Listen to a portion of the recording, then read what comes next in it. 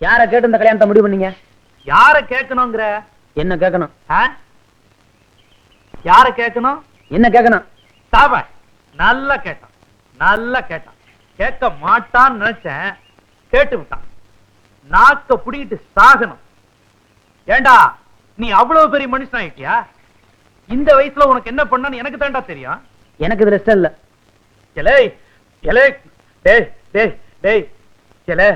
என்ன பெத்த ராசா பொண்ணு யார் தெரியுமாடா? சாய வேட்டிக்கார பொண்ணு காவேரிடா. காவேரியோ வைகையோ அதெல்லாம் எனக்கு தெரியாது. என் மனசை விட்டு இன்னும் இந்த செண்பகம் மறையல.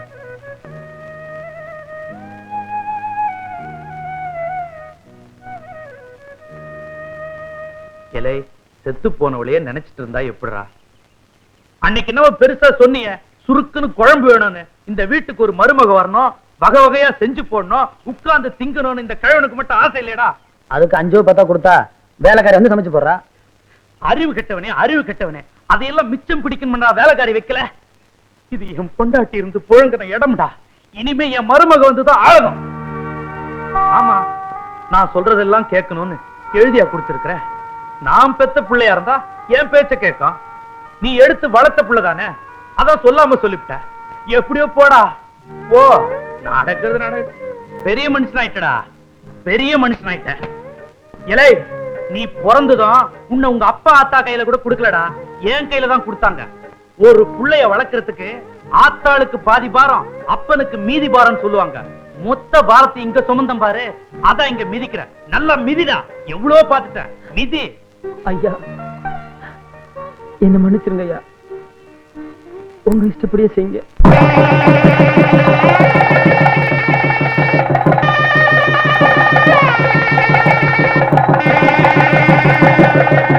தீர்காயுசா இருங்கப்பா, தீர்காயுசா இருங்க.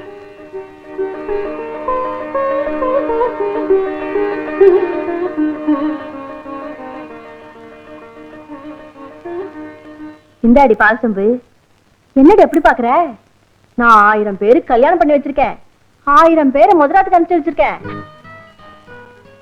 வெக்கப்படாம வாடி. நான் ரொம்ப கைராஸ்காரி. அடுத்த வருஷம் பாரு, உன் கையில ஆம்பளை பிள்ளைதான் இருக்கும். முதராத்துல ரொம்ப வெக்கப்பட்டா முழு சுகத்தை அனுபவிக்க முடியாதுடி கூறுகட்டவள. உள்ள போனதும் மாப்பிள்ளை கால தொட்டு கும்பிடு. அப்புறம் அவரா உன்னை தொட்டு தூக்குற வரைக்கும் இருந்திருக்காத. அப்புறம் மெதுவா எழுந்து சந்தனத்தை எடுத்து அவர் கையிலையும் கன்னத்திலையும் மெதுவா தடவு.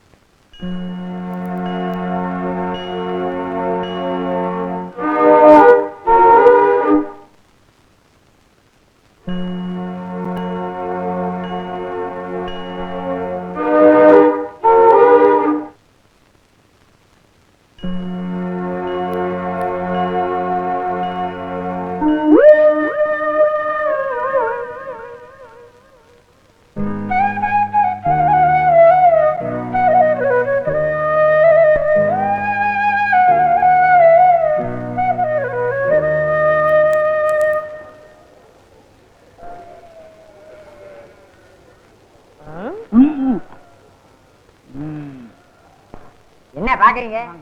சந்தையில ஒரு மாடு எங்களுக்கு பிடிக்கலையே. ஏன் கொளுத்த மாடா வேணும்? கொளுத்த மாடா வாங்கிட்டு ஊருக்குள்ள போனா அதுகளுக்கு எங்களுக்கு வித்தியாசம் தெரியாதுயா. ஆமையா, அதனால இன்னைக்கோ நாளைக்கோ சாகராப்புல ஒரு நோஞ்சா மாடு எங்களுக்கு தேவை. இருக்கா? இருக்கு. பச்சை புல்லு எதுவுமே திங்க முடியாம படுத்த படுக்க ஒரு மாடு இருக்கே. அதான் எங்களுக்கு வேணும். இருக்கா? ஆனா சந்தைக்கே கொண்டு வர முடியாத அளவு தொத்த மாடுங்கய்யா. சொத்த மாடா? கிளம்பி துண்ட போடு. ஏய் மோதிரம்டா. பாத்து. யோ என்னையா மூணை பிடிச்சிட்டான்? வரல அப்ப 3000 தான். அப்ப 3000 தான். அந்த மாட்டுக்கு 3000. அந்த மாட்டை நீங்க பாக்கணும் சாமி. என் மாட்டுக்கு 300 ரூபாய் கொடுத்தா போதும். அப்படியா? என் விரல் அவ்வளவு சீப்பா? 3 விரலுக்கு 3000 தான் கொடுப்பேன். ஏனாங்க 300 ரூபாய் போதுங்க. 3000 தான் கொடுப்பேன். யோ அவர் தான் குடுக்கறேங்கிறார வாய்க்குவியா? வர்ற லட்சுமி தட்டி கழிச்சுக்கிட்டு இருக்க. சரி சரி மாட்டை அள்ளிட்டு வந்து என் வீட்டுல போட்டுட்டு செக்ரட்டரி ரூபாயை கொடுத்துட்டு ரசீல கையெழுத்து வாங்கிக்க.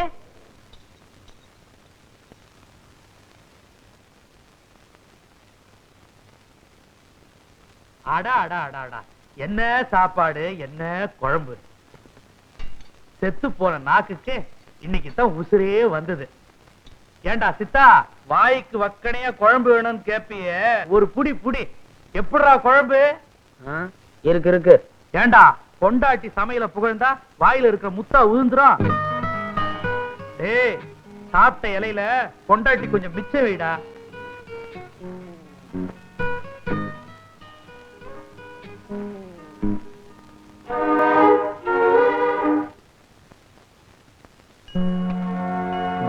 எங்க இங்க செம்பகானா?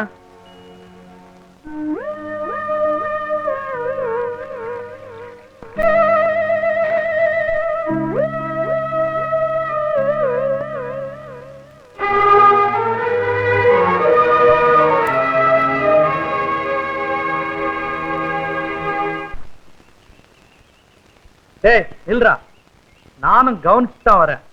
சின்னஞ்சிருசுங்க கல்யாணம் ஆனதுங்க கலகலப்பா இருப்பாங்க. நீ நடனா மூஞ்ச தூக்கி வச்சுட்டு உம்முன்னு இருக்கிற.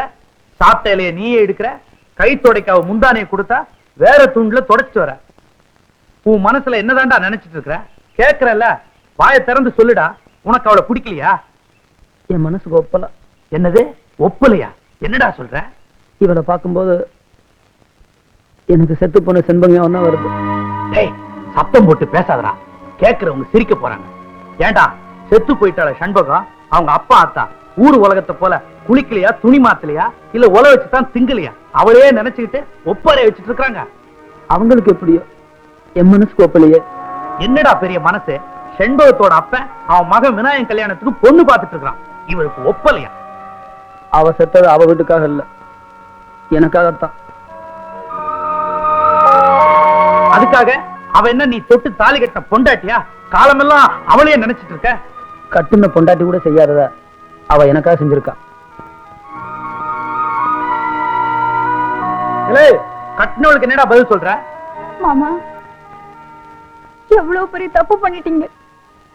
ஏற்கனவே வேற ஒரு பொண்ணு நினைச்சிட்டு இருந்தவர் எனக்கு கட்டி வச்சு எங்க 2 பேரோட வாழ்க்கை இப்படி கெடுத்துட்டீங்களே. காவேரி, நீங்க பத்த பொண்ணா இருந்தா எப்படி செஞ்சிருப்பீங்களா? நான் தாயில்லாத பொண்ணு தானே, அதான் கட்டி வச்சுட்டீங்க. ஒரு நிமிஷத்துல என்னென்னவோ பேசிட்டியம்மா. என் விரோதி கூட நல்லா இருக்கணும்னு நினைக்கிறவம்மா நான். உங்க அப்பனுக்கு தெரிஞ்ச விஷயம் உனக்கும் தெரியும் நினைச்சுதாமா இந்த கல்யாணத்துக்கே நான் ஏற்பாடு பண்ணேன். என் மகேங்கிறதுக்காக சொல்லு. காதலுங்கிற பேர்ல அவங்க 2 பேரும் தோப்பு துறவெல்லாம் சுத்தல. இவன் பாட்டு மேல ஆசைப்பட்டு அவன் மனசை பறி கொடுத்திருக்கிறான். அதை அவங்க அப்பா கிட்ட சொல்லி இருக்கிறான். அது நிறைவேறல. எனக்கு தெரிஞ்சிருந்தா கால்ல கையில விழுந்தாவது அவங்க 2 பேருக்கும் கல்யாணத்தை பண்ணி வச்சிருப்பேன். மம்மம் புடிச்சோ தீய வச்சுக்கிட்டு கொளுத்திட்டு செத்துட்டான். அவ சாவுக்கு இவன் தான் காரணம்னு அவன் மனசு கடந்து உறுத்துது. அதனால்தான் உன்கிட்ட பேசி பழக மாட்டேங்கிறான். அம்மா, அவன் குடிகார இல்ல, பொழுதன்னைக்கு சீட்டு விளையாடுறவில்ல, பொழுது சாஞ்சா போதும் கண்ட வீட்டு கதவை தட்டுறவன் இல்லை. அவன் குழந்தை. தாலி கட்டினவளுக்கு துரோகம் பண்ணிட்டு அடுத்தவளோட குடும்பம் நடத்துற ஆம்பளைங்களுக்கு நடுவுல செத்தவளை மனசுல வச்சுக்கிட்டு தாலி கட்டின உண்ட தொடாம இருக்கிறானே, இப்படிப்பட்ட ஒருத்தன் கிடைப்பானம்மா? அம்மாடி, வெளியில தெரியற காயமா இருந்தா மருந்து போட்டு ஆத்தலாம். இது மனசுல ஏற்பட்ட காயம், ஆறுதலா பேசித்தாமா ஆத்தணும். உனக்கு அம்மாதான் இல்ல, அவனுக்கு ஆத்த ஆப்ப யாருமே இல்லப்பா. கடைசி வரைக்கும் நீ துணையா இருப்பேன்னு நான் நம்புறேன். கவலைப்படாதீங்க மாமா, கடைசி வரைக்கும் நான் துணையா இருப்பேன்.